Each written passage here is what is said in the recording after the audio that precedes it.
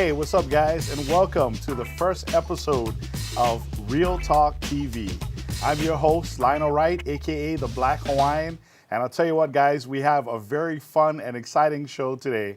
And just to give you a little background on what we're doing, this is all about getting to know the people in the combat sporting industry. So we'll have a lot of fighters coming out, coaches, promoters, anybody that's involved in combat sports. We'll bring them out here and talk story.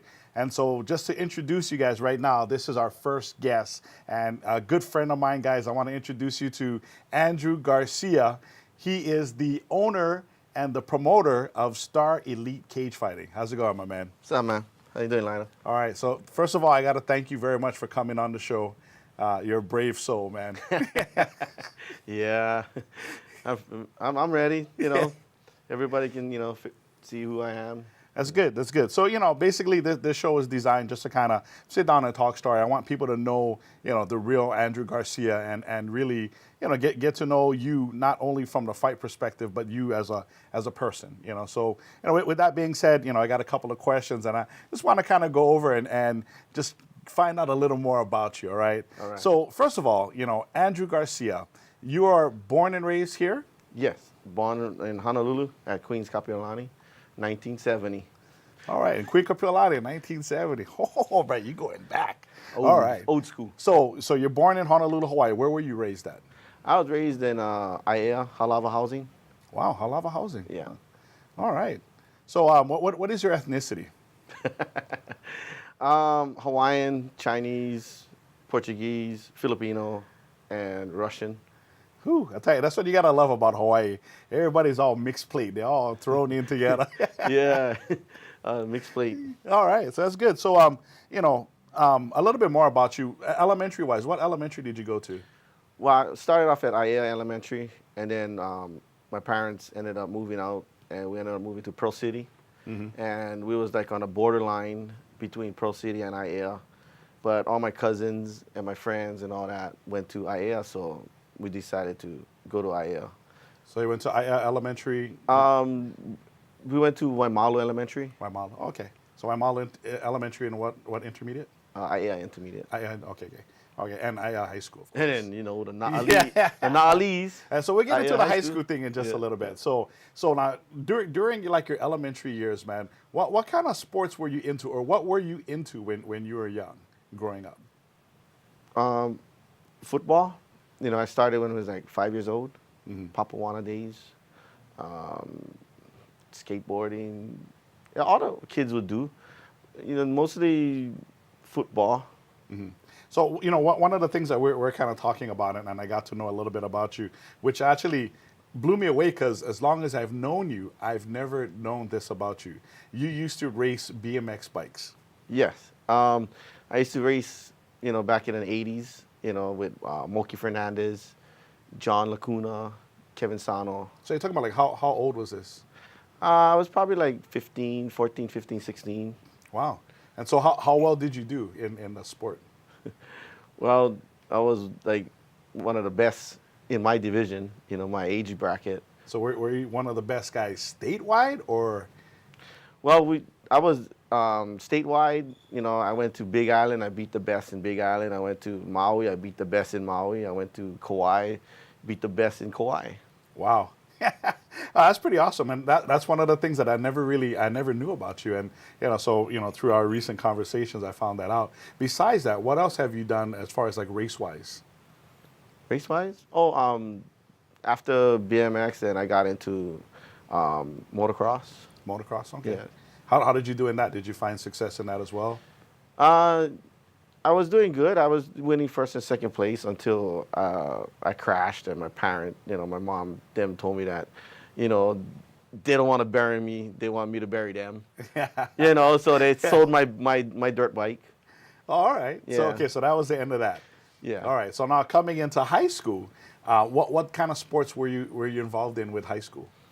High school, I was just pretty much into football, and then I went out for wrestling.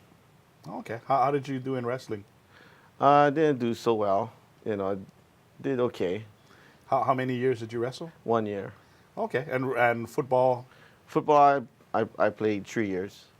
All right. My So yeah. here's something interesting. I think me and you kind of share the same past. Is that during like the '80s, Yeah, you were yeah. also involved in this thing called hip hop, right? Yep. So Breakdancing. yeah. So okay. So you used to dance, and what else you used to do? Well, in what you talk about, like graffiti, Okay. So tag, you was one of those tagging. guys tagging. All right. Yeah. All right, cool. Well, hey, nowadays if you see it all over the place now, it's almost like it's legal. They have this great graffiti and artwork. So okay, good. So you're an artist then. All right. Well, yeah. I guess so. Yeah. All right. So besides that, like, so did you DJ as well, or could you rap, or? No, we tried. My cousin had a husband.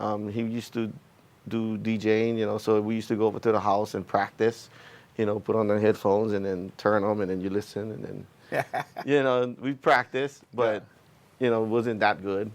Well, I don't know. That's pretty cool. Okay, so you were in the hip hop in the '80s. Okay, so moving now out of high school, when you got out of high school, what did you do out of high school?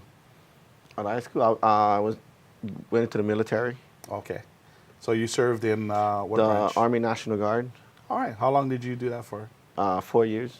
Okay, so you did your 4 years and then out. Yeah, got out. All right, cool. So after after like the whole high school thing, the hip hop, and then going into the armed services there, how did you get involved into mixed martial arts? I went to a couple fights, like, what was that? Icon, and then X1 road events, Okay, so you're talking about back in like the early 90s. early '90s. All right, and so so you started attending the events as a fan, and at what point did you start to kind of take the next step and move like more into doing something with the events? Well, actually, I was playing basketball, and then, I had one fighter, one guy that wanted to fight and stuff like that. So he asked me for manage him. Yeah, so I said, yeah, I'll manage you. And then that's when I got to know the promoters. As being a manager, I got to know the promoters, and then, eventually, one of the matchmakers, for X1, kind of stopped matchmaking. So the promoter asked me if I'd like to matchmake, and I started off in matchmaking. Oh, okay, so that's when you started to become a matchmaker for X1, and this was about what year was this? I believe that was like in 1996 or 7. Wow, Wait, what is it right now? 2016. Oh, 2006, 2007. Okay, well Yeah. that's pretty good. Yeah. All right, so now, now you're starting to matchmake. How is that going? Like, how did you like doing that? Dealing with the fighters, the promoters, and giving them all like the great fights and all the good things out that you did. Well, I love matchmaking. Try to get these guys to the next level, give them equal, fair, fights. Try not, matchmake them as equal as possible.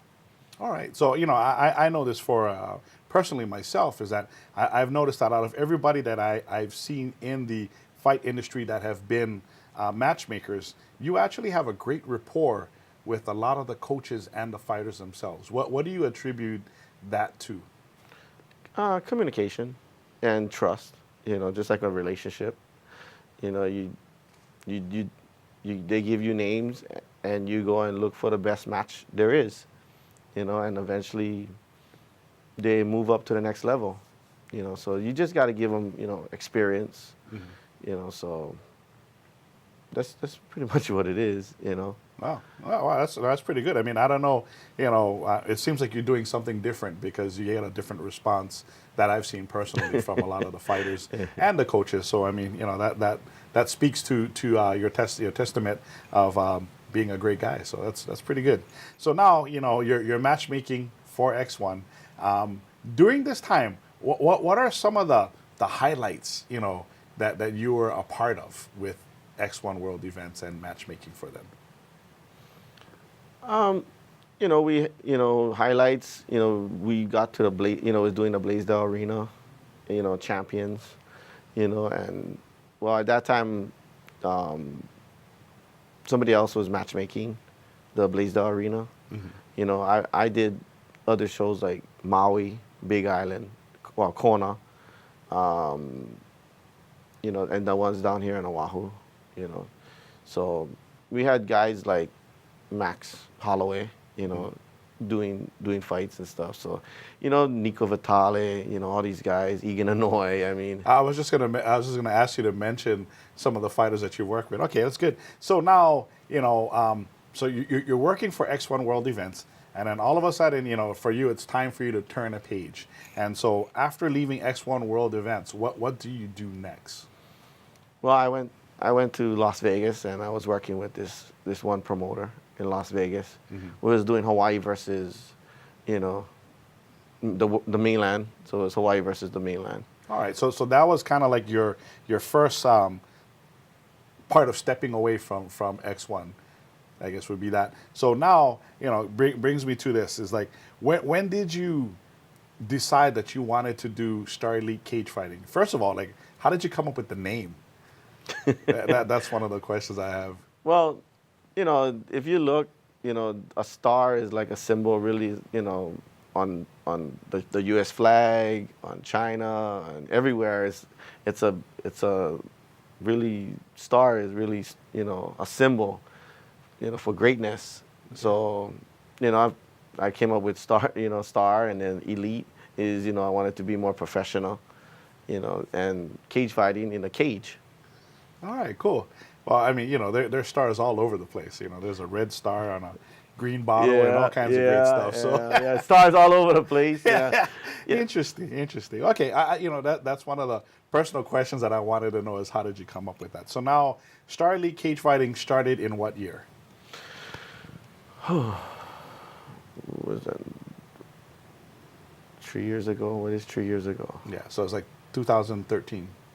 2012. 2012. Okay, so 2012, you 13, you start your own promotion, and in the beginning when you start, you know, how did you get started, and how did you work that whole like beginning process of you know, really, I mean, this was Andrew Garcia, you know what I mean, this is your promotion, people will know that this is you.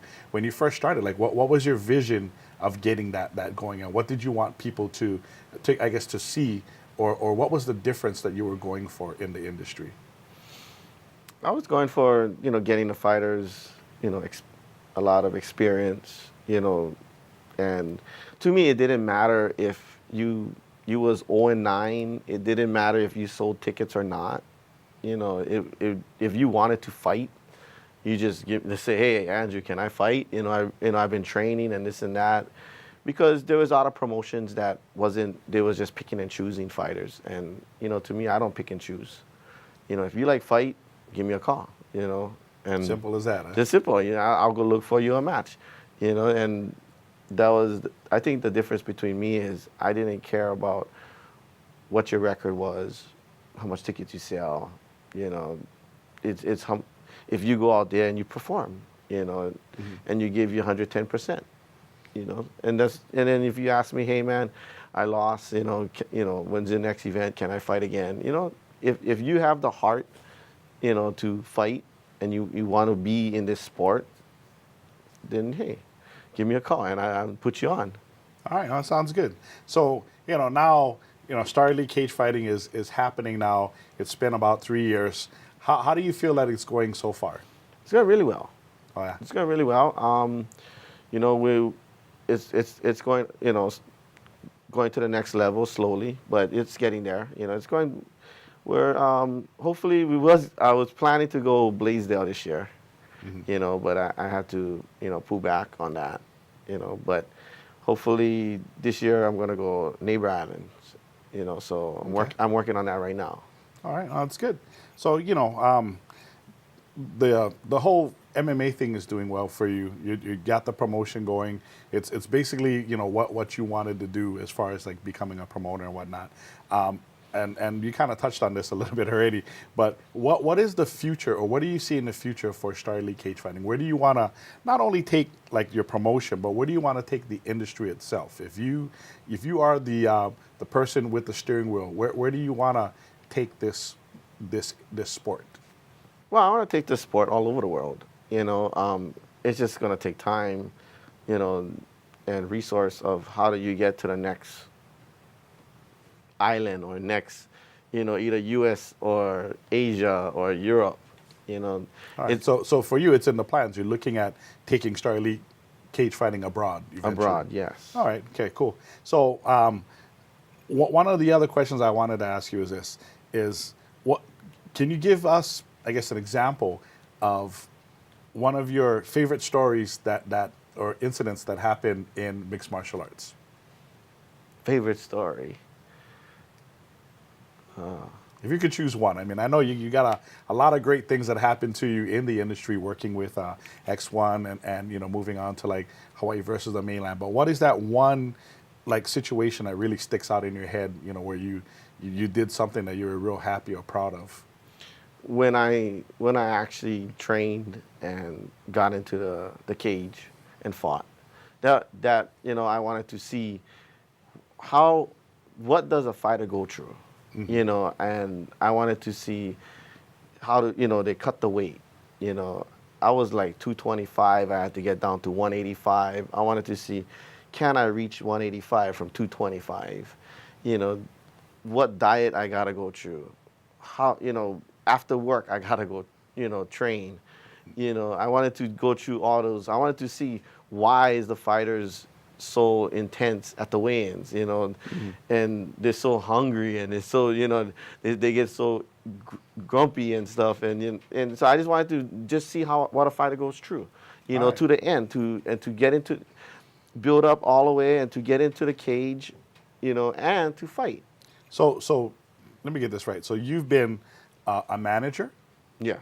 you've been a matchmaker, Yes. you've been a promoter, Yes. and you've been a fighter. Yes. Wow. So what haven't you done yet in the industry? Film.